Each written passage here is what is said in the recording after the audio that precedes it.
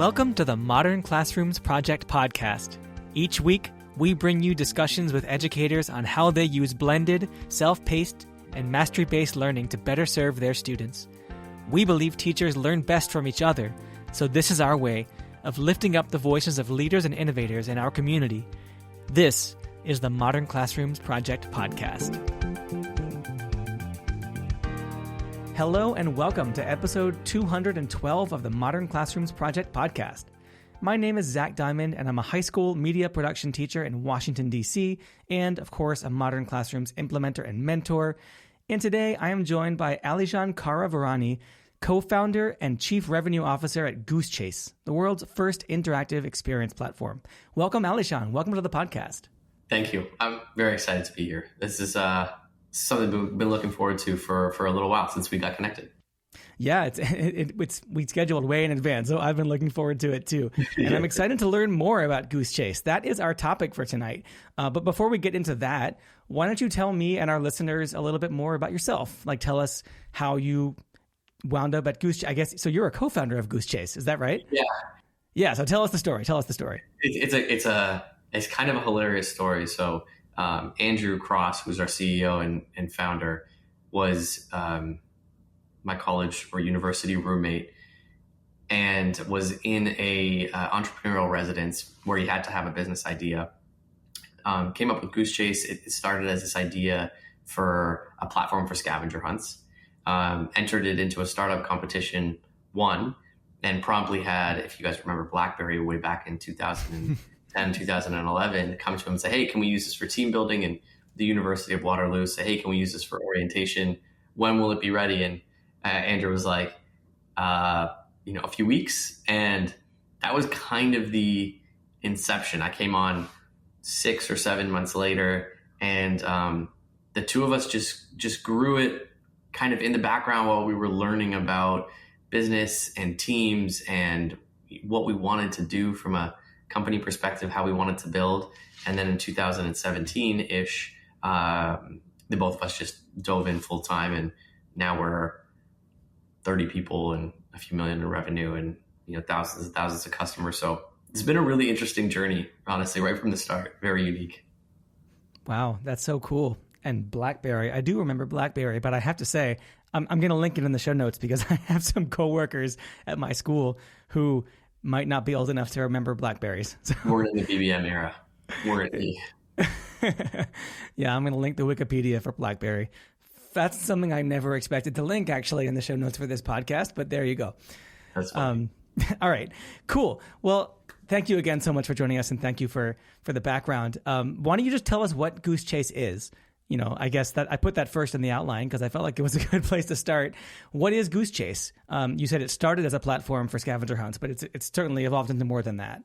Yeah, it certainly hasn't. So like I'll kind of reiterate a little bit, but I'll try not to repeat myself too much. Goosechase is an interactive experience platform that started as a scavenger hunt platform, but has really evolved into a platform or a technology that we hope allows audiences, that allows students, in this case, potentially parents, an opportunity to use technology to enable a physical experience. I think the biggest gap we see with technology and apps today is that the app is focused on keeping people in the phone. They want clicks, they want logins, they want you in their app consistently. They want you engaging with their content and their ads and whatever the app may do.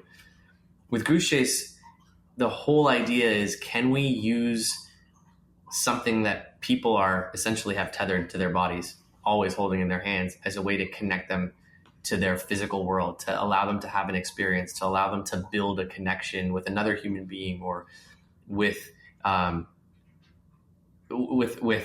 physical surrounding. Like, for example, if you're in a museum and you have an app, typically the goal is the app to teach you about the museum. For us, it's about getting you to interact with the exhibit and to learn something and connect and build a memory. A little bit of a ramble, but that's kind of who we are and where we started. So can you give me an example? Like, what would be, if I were, certainly from the perspective of a teacher, right? Like, how would I use a Goosechase in my class? I love that. Okay, so there's a few different ways that teachers will use this in the classroom. I think one of my favorite ways, my personal favorite example, is to take classroom learning and create engagement at home.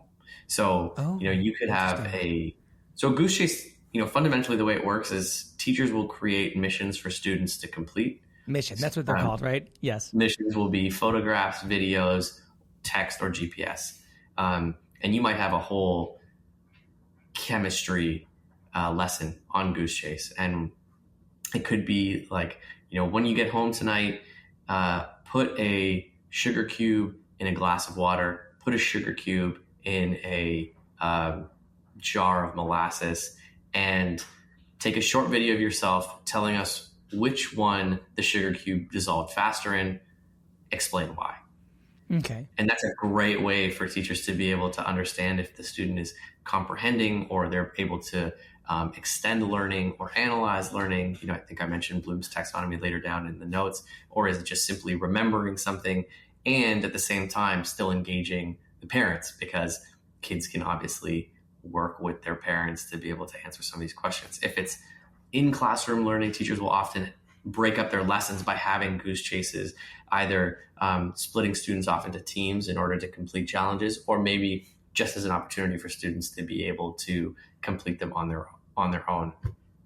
If teachers are taking students out on field trips, they'll build Goosechases as a way to keep students engaged. We often see it in museums where teachers in museums will work together to create curriculums that take place in the museum that further the learning that's happening in the classroom, and also as a way for chaperones to guide students around the museum to maximize their learning, as opposed to, are we getting what we need from being here?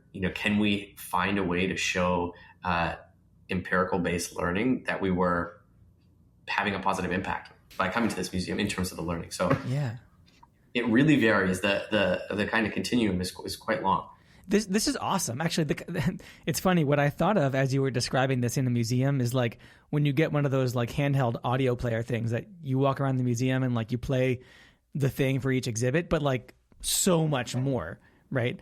Yeah. And also you get to design it, right? Like you tailor it to whatever lesson or unit you're teaching. And that's exactly it. So imagine you teach grade 6, and you have one class that you teach that's biology, and you have another one that you teach that is, geography, and you go to the Smithsonian. The learning that takes place for each of those classes when you're at the museum is probably a little bit different, right? So you can design a Goosechase to enable being at the museum and supplementing or extending your classroom objective at the museum, instead of having students just like run around a little bit aimlessly, and without any true direction or understanding of effectiveness. Yeah, this is awesome. And, I was thinking as you were talking too about blended learning, which we're going to talk about the 3 pillars of modern classrooms later, but blended learning, this is it's in a way like very explicitly blending learning, and not just saying like, oh, we're using a tech tool, so it's blended, right? It's like blending learning with the world, right? In a very like explicit way. That's really cool. Yeah, I mean, listen, like the truth is, and we hear this from teachers all the time, it's impossible to untether students from their phones. Yeah. They want their phones in their hands. So if we can give them the capacity to do like hold something they want, but at the same time drive learning. But the one thing we didn't talk about that's really neat and is a really big component of Goosechase is the social component. So there's a live leaderboard and there's a live news feed for every Goosechase. So students can see what their peers are doing. They can see how they're stacking up in terms of points on the leaderboard if you decide to use it that way. But that social component is an awesome way to fill a need for students, which is to understand how they compare to their peers or what their friends are doing, et cetera. And it really is blending learning and social and tech. And so it's really fun for students. Blending like in a real sense, Yes. I like that. That's really cool. And I think that's an interesting sort of segue into the next topic that I wanted to ask you about, which is gamification. And I think now that you're describing Goosechase to me in this way, I think that my view of it was a little bit too narrow as I was preparing these questions. And I was thinking about gamification, like using it as a sort of tool to create a gamified class. But you made the distinction in our notes, and I know listeners are getting a lot of kind of peeks behind the curtain here as to what's in our notes. Yeah. The distinction between gamification and experiences. So I'd love to hear you talk more about that. Like the leaderboards and the sort of ranking, that does sound to me like gamified learning. But It sounds like there's more. Yeah, I think gamified learning is to a degree overly simplified. Okay. And what I mean by that is like, you're assuming that people want a very specific reward for an action, like in the case of Goosechase, points. And certainly that can be the case. People take satisfaction from being rewarded in different ways. And I think that's something that gets overlooked when we talk about gamification in that kind of like narrow linear view. Some people love recognition.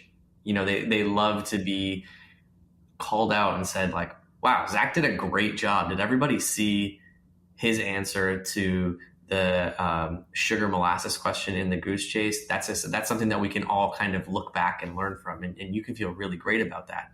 Other people love the gratification of accomplishment, right? Of like, wow, I did that, and I can see my accomplishment as a function of the points that are completed.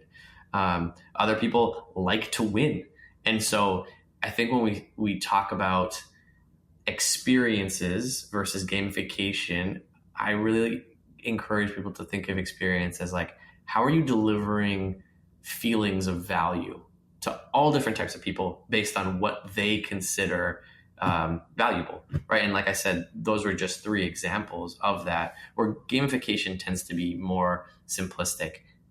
Take an action, get a physical reward, a point or a badge or something like that, where we're like, hey, let's create an experience that everybody can feel something about. And when we say experience, we always encourage creators to think your goal is to have somebody learn something, remember something, and feel something.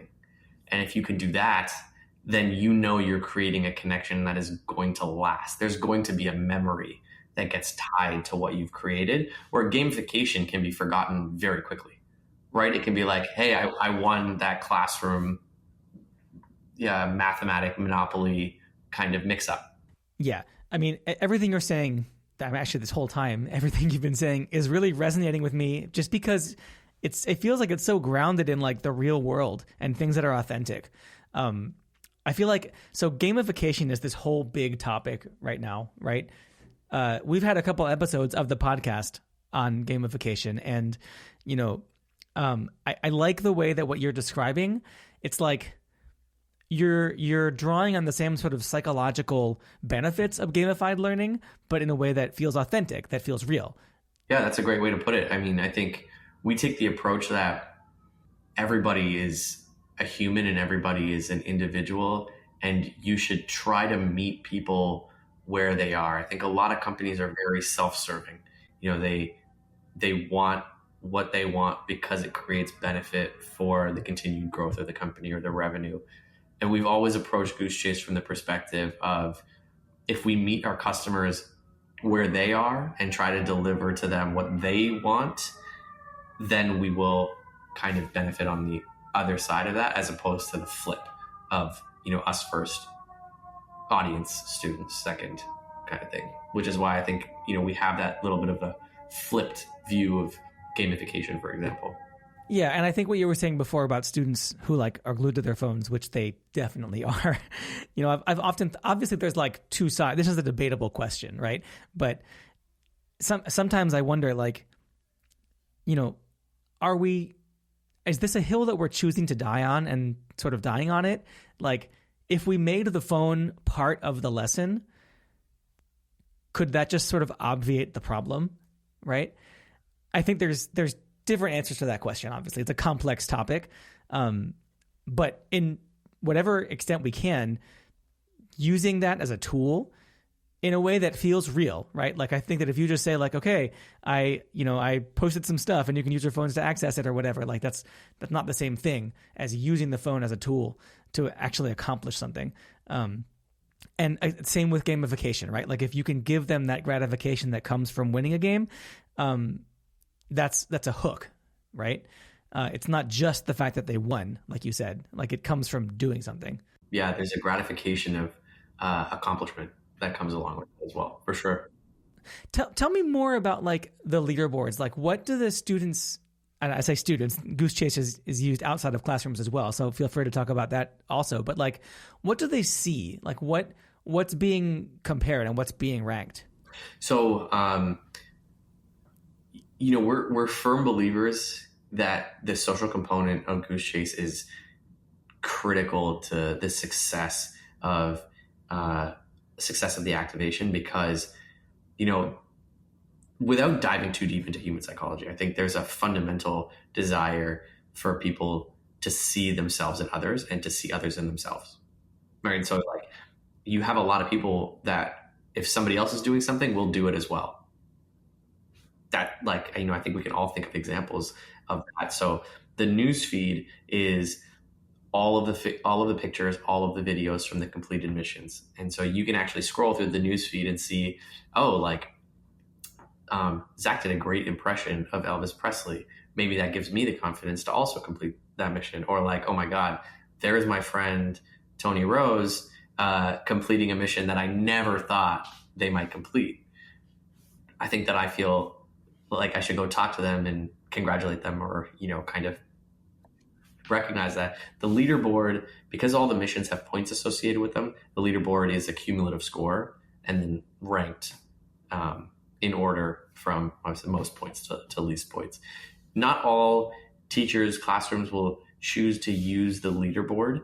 And in cases where you're asking sensitive questions in the missions, will not choose to display all of the newsfeed items, but we do encourage them to at least have some components or some missions that allow displaying of the newsfeed so that people can, again, react and engage with the content from their peers. Yeah, similar to how Modern Classrooms encourages teachers to use a public pacing tracker, right? Or a public progress tracker, not because we're trying to expose anyone, but because that social component, right? Like you can see sometimes students have expectations of each other, right? And they can be surprised by each other's progress. And, a little bit of healthy competition helps, right? It can motivate students as well. For sure. And you know what? One thing I absolutely loved about the Modern Classrooms methodology, I love the student's face, like move your face to the next board. Like, I love that example in the video because it was really cool to see that it drove kind of that like helpful collaboration for students that were behind.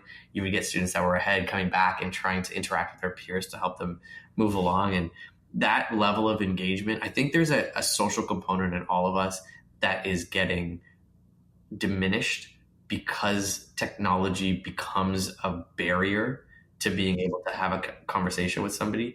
Like we see it all the time at conferences, which is big for us at Goosechase. People will come to tell us and be like, I've met so many people here. I've been coming to this conference for 10 years and I've never met so many people or never got to know so many people.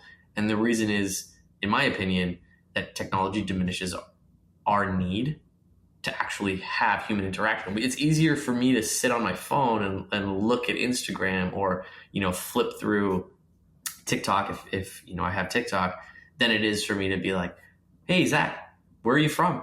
Have you come here often? I think that's kind of getting pulled out of us. So yeah, the progress board that drives that kind of human element was really, really neat. I love that.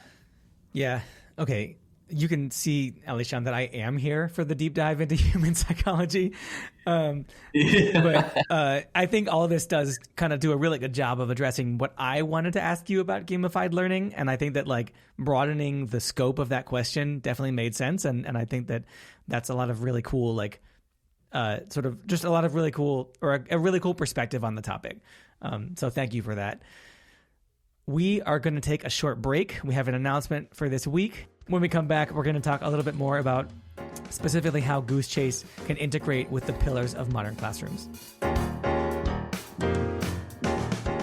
Hey there, listeners. This is Zach recording these announcements a couple weeks after recording with Alyshahn, and I have a kind of a hoarse and less pleasant voice, so I'm sorry. You'll have to bear with me just for a little bit.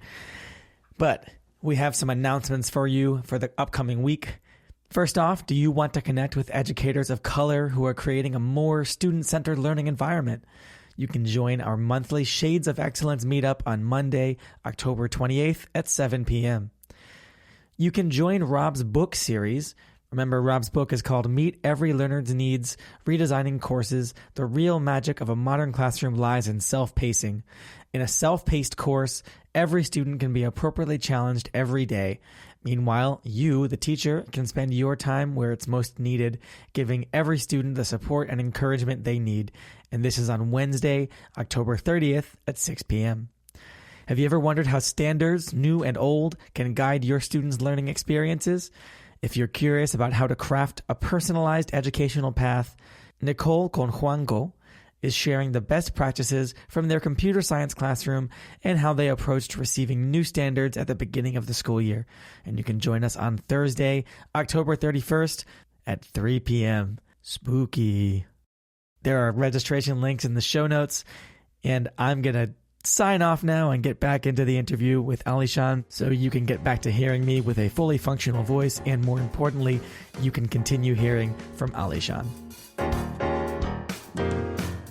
All right, folks, we're back with Alyshahn, and I'd like to ask you more now about Goosechase, specifically in the context of modern classrooms. And I wanted to sort of structure this around the three pillars of the MCP model, which are blended learning, self-paced learning, and mastery-based learning. And we did already kind of talk about blended learning, and I think we can mostly kind of breeze over this topic. We already talked quite a lot about how Goosechase blends learning with tech and sort of the real world and everything. So I think there's more for us to talk about in the other two pillars of self-paced learning and mastery-based learning. So if that's okay with you, let's jump ahead to self-paced learning. How do you think Goosechase can support students who are working at their own paces and working maybe on different things in the classroom? And I guess I should also say support teachers who are working with students who are self-pacing. Yeah, I mean, I've given this a ton of thought, and I think there's a few different ways or a couple different ways that really stand out to me in terms of self-paced learning. I think the ability, and this this first idea kind of leans into the mastery aspect as well, but there was this idea of having multiple Goosechases, and each Goosechase's missions have a increasing degree of difficulty. And so, the goal for students would be to complete Goosechase A, for example, before moving on to Goosechase B, Goosechase C, and having the teacher or any member of the staff, I guess, and depending on the particular classroom that this is occurring, be able to determine whether or not the student has demonstrated success in that area before allowing them to move on. And the way it can benefit teachers is, one, they're going to get all the content directly to them. And so they can review it either all at once, or they can actually review it in real time, which I think is a really great tool because it doesn't allow the student to get too far ahead in terms of their learning if they're being challenged by the curriculum or the material in the curriculum. And I think that's really important, right? Is you don't want to get too far down the path without having the opportunity to understand where there's opportunities for improvement. Right, to receive feedback from the teacher. I think from the teacher's perspective, the way that I would frame that is like, we don't want students, even if they're doing it right, like we don't want them getting too far ahead without me being able to lay eyes on it. Yeah, thank God you're here. That was way more articulate. Well, no, but you put it from the student's perspective, which I think is also equally valid. Yeah, absolutely. And I think the nice thing then is the content that's being created can then be recognized by the teacher for other students. You can easily pull a piece of content right off the platform or share your computer screen right there in the classroom on a projector and say, hey, look at the great work Zach just did in chemistry. Any students who are still in lesson 1 and struggling with this concept, I would encourage you to talk to Zach. We'll go back to that idea of rewarding a student. And that would be so specific to, we know that Zach loves recognition. We know that one of the things that motivates him is the ability to help others. So we're going to use this as an opportunity to boost his confidence or give him that chance. So I think that really is a big opportunity with Goosechase as it relates to self-paced learning and mastery. The other idea was, when you talked about mastery, the one thing that came to mind was actually video games. So video games are really cool because you can demonstrate mastery through levels, right? Like you're progressing through the levels, and ultimately, like, there's no test, quote unquote test. It's just did you beat the level? You're showing that you're progressing towards mastery. You beat the game, you show that you've progressed to mastery. And so with Goosechase, and we go back to that idea of gamification, for example, you can add taxonomy in the way that you write the mission. So are you, again, looking for a student to remember something? Are you looking for them to understand something? Are you looking for them to apply, analyze, evaluate? And then ultimately you can ask a student to create something on Goosechase. And I think once we get to that kind of, top of the pyramid on Bloom's taxonomy, we can, without a shadow of a doubt, say that mastery was achieved in a specific topic. And I think that, combined with that, like, degree of difficulty of questions or degree of difficulty of Goosechases, like, you could have a Goosechase A be all about remembering and understanding, and Goosechase B be all about application and analyzing, et cetera, et cetera. And so if we kind of put that in a real world example, one of the missions in Goosechase at the remember level might be something like, what predators live in the Amazon forest? If we're like, okay, we want somebody to apply it, we might say, what are the prey of the predators that live in the Amazon forest, and why are they prey? So you're literally now, like, remembering something and then applying the knowledge of the why. And so you can kind of continue, and then you could say the last one, maybe if we think about create, would be something like, take a short video of the diorama you built showing the Amazon ecosystem, right? And so it can be an integrated experience as well. It doesn't always have to be about the Goosechase. It can be about other projects in the classroom that you use the Goosechase as a way to drive feedback, drive recognition. And those are the way, like I said, I think I've kind of combined the self-paced and the mastery. I think, like, they are two separate pillars of the Modern Classrooms project, right? But in another sense, they're very integrated, right? Because in order for students to be able to, this is from the Modern Classrooms and sort of teachers' perspective, right? In order for students to be able to self-pace, we can't just let them go. This is what I was saying before. Like, we need to have sort of like touch points where we see their work and make sure that they're doing the work correctly, that they've mastered it before we let them move on. Right. So they're definitely integrated. And that's why I think that, like, the answers to these two, I separated them as questions, but they're not really separate. Like, from the perspective of Goosechase, like, it's not for tracking their progress. Are there features for tracking their progress through, like, the different activities and the missions? Yeah, absolutely. Right. Like, you can see when they're completing them, what time they've completed them. You could look at the submissions tab and see, like, okay, show me all of Zach's submissions. Wow. So it's almost like an LMS. Like, it's almost like a whole learning management system. It is. I mean, I think LMSs tend to have a little bit more specificity in terms of like learning management, and there's a lot more tools. But certainly, yes, if it can be used in that way, especially as it relates to Modern Classrooms. Like I said, if it's hey, Mr. Diamond, I've completed Goosechase A, and you're like, okay, great, let's take a look. And we pull up all student A's submissions, and we're looking at the videos, we're looking at the pictures, and we get to a point where we're like, oh, okay, let's take a look at this. Okay, talk to me about your answer. Why did you record the video in this way? Super neat. Okay, cool. I want you to go back and try that again.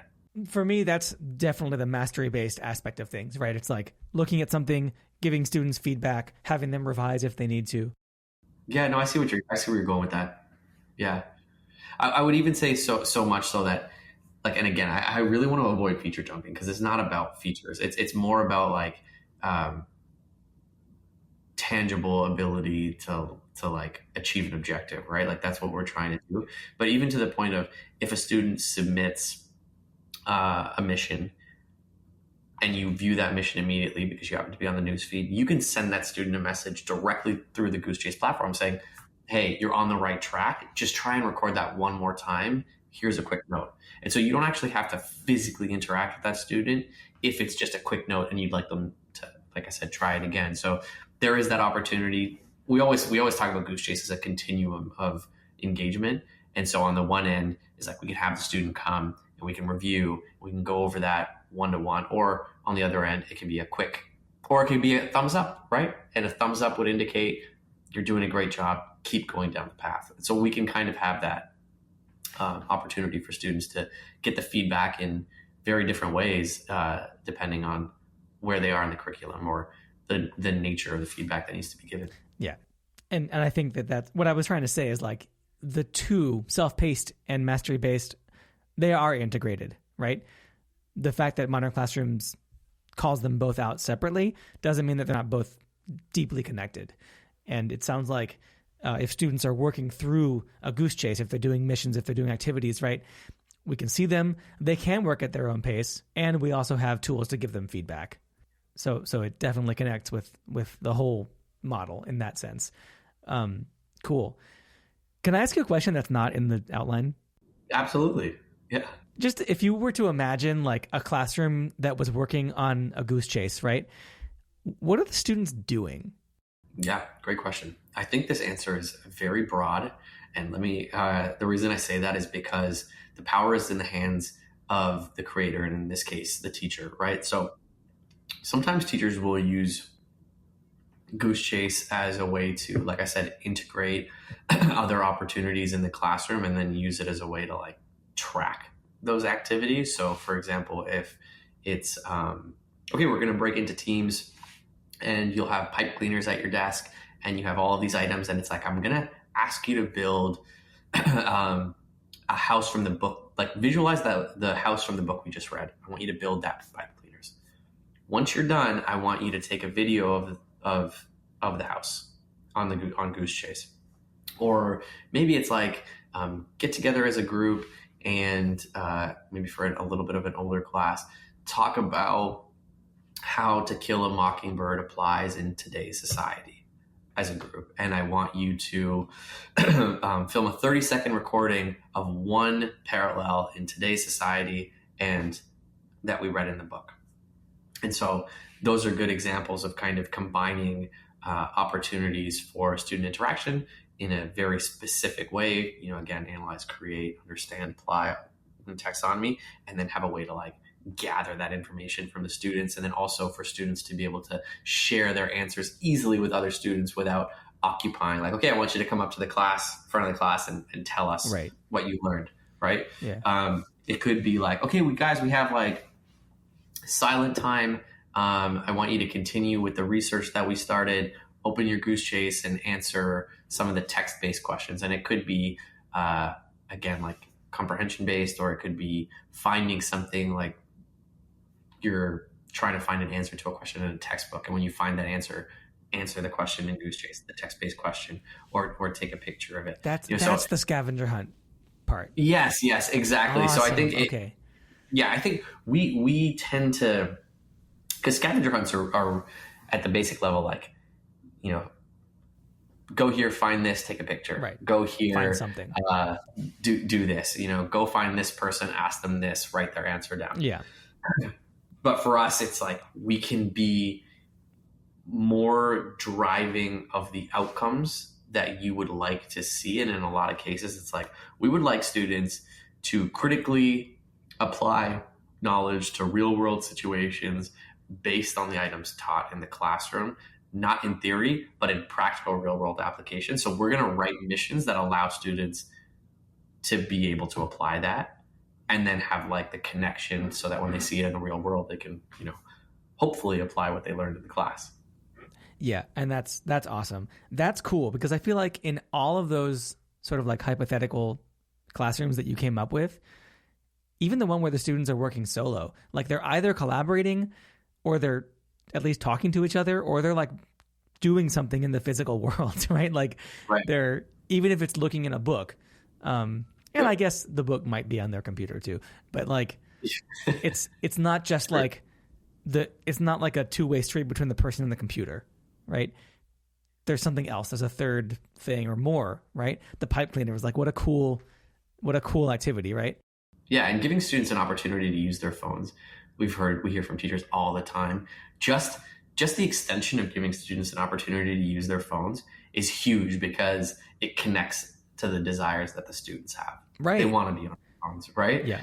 And it's such a tough thing to be a teacher that says, we don't use phones in the classroom. But you're going to get students trying to sneak out to the bathroom or, look under their desk. And it puts you in opposition with what they want, right?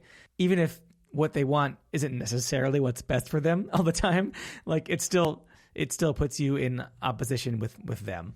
Yeah. And I should say that all the stuff that we talk about here, none of this is really any of my ideas. We have so many teachers that are so smart that just tell us all the different unique ways that they've used Goosechase. So I'm drawing on all these teachers, like this vast pool of knowledge of teachers trying all these different things and telling us their success and what they've learned. And so, I just want to call that out because these are certainly not my ideas. Yeah. I mean, yeah. And I think that the cell phone thing, it's another one of those debatable questions. I don't think that either of us is going to come out and say, this is the right answer, right? Because if anybody knew the right answer, we would be solved. Like this wouldn't be a problem anymore. Yeah. But like, it's tricky, right? Because when you're doing something that's not on the phone, you want the students to put the phone away. But then if you get on their case and keep telling them to put their phone away, then you're the bad guy, right? And you don't want to be the bad guy. Like I've talked a lot on this podcast about relationships and being positive with students, right? And so it's really hard, honestly, to be able to do that. And so I agree. Like if there are opportunities to use that phone, I'm teaching a video production class now, and we let students film on their phones, and they love it. They do the filming. They come up with ideas. They plan in documents. They do everything they need to, and they get to have their phone. And it's just a very positive sort of environment, right? There's other things, obviously, besides cell phones that influence the vibe, the positivity of the environment, right? But like what you said, I agree completely. Like giving students a chance to use their phone legitimately, like not because the Wi-Fi went out, not because their computer's dead that day, but because the phone is part of this activity. You're giving them that recognition, right? That we talked about before. You're giving them the recognition that like, I know you want this, but I don't know. I want to sort of temper what I'm saying and say that there is another side, right? Like we don't want them on phones constantly all day, and there are limits. And I think that's the, again, we go back to this idea of the theme of this show seems to be like reward, like reward mechanisms or reward-based systems, if you will. And it's just this idea of like, guys, like a lot of teachers will tell us they use Goosechase as its own reward. So they will say like, hey, if we can focus for 30 minutes, we'll be able to complete we'll have time to complete 5 or 6 missions of Goosechase. Some teachers have made Goosechase like a month-long or a semester-long activity where students are competing with each other through the entire activity. Or some schools have done it where classrooms are competing with each other through the entire semester.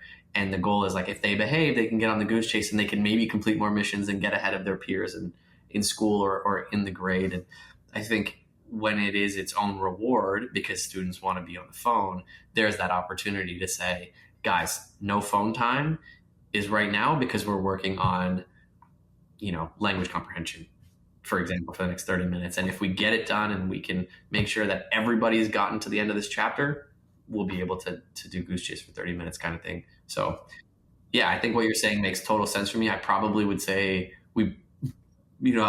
let me be so bold to say we probably have similar ideas on phones in classrooms based on what you're saying. So, but I won't say much more than that because I think that risks some controversy. I think I might have already said too much, honestly. It's complicated, right? All right, let's get ourselves out of this hornet's nest and move on. So we always like to ask our guests this question as we're closing out. And it's always a little bit funny to me to ask, like, I'm going to ask you what you hope to see in the future and what goals you have.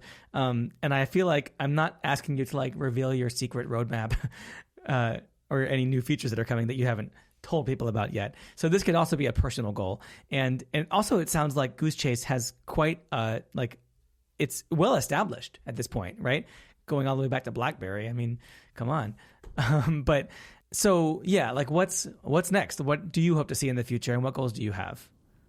Great question. So I think for us, the goal is going to continue to be to create and put out a platform that allows all types of organizations, nonprofits, EDU, universities, enterprise organizations, an opportunity to give their audiences a chance to create a lasting memory between them and the organization. I think people, let me say maybe controversially, I think people are desperate for experiences. They really want to experience the world, and the world exists outside of technology, in my opinion. When I go to a museum, I want to engage with the thing. I want to understand its history. I want to know why I should care. I want to feel something when I go there. When I'm in a classroom, I have friends still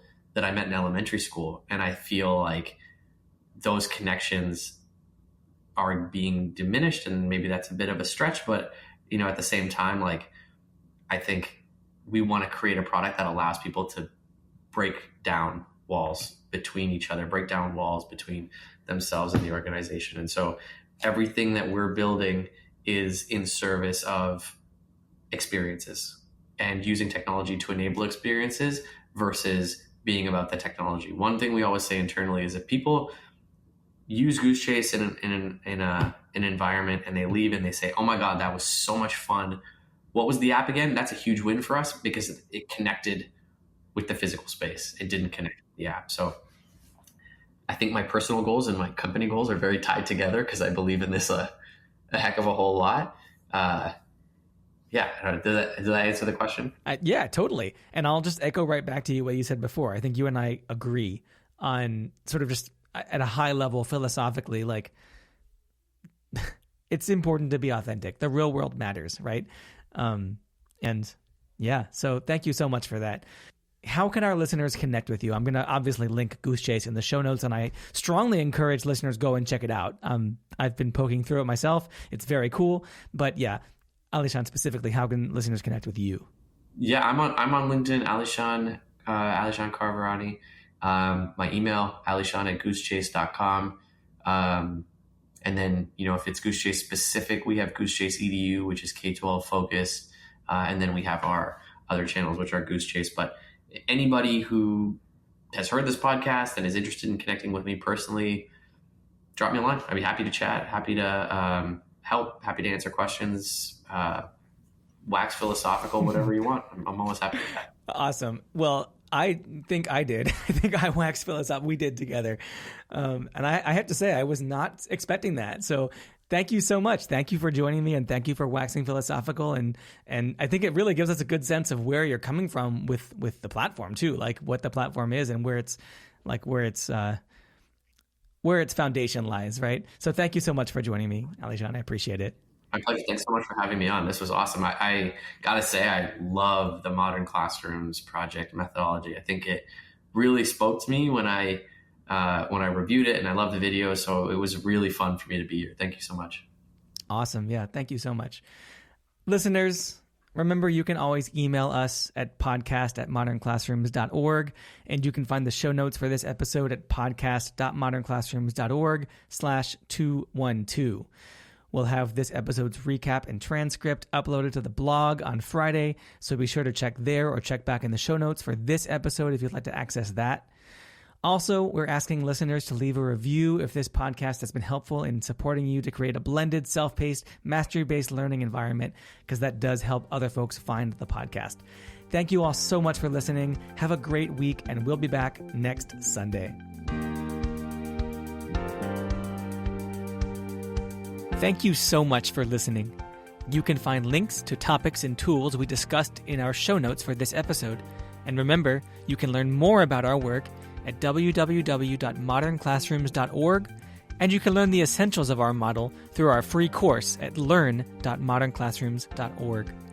You can follow us on Twitter, Facebook, and Instagram at Modern Class Proj, that's Proj. We are so appreciative of all you do for students and schools. Have a great week, and we'll be back next Sunday with another episode of the Modern Classrooms Project podcast.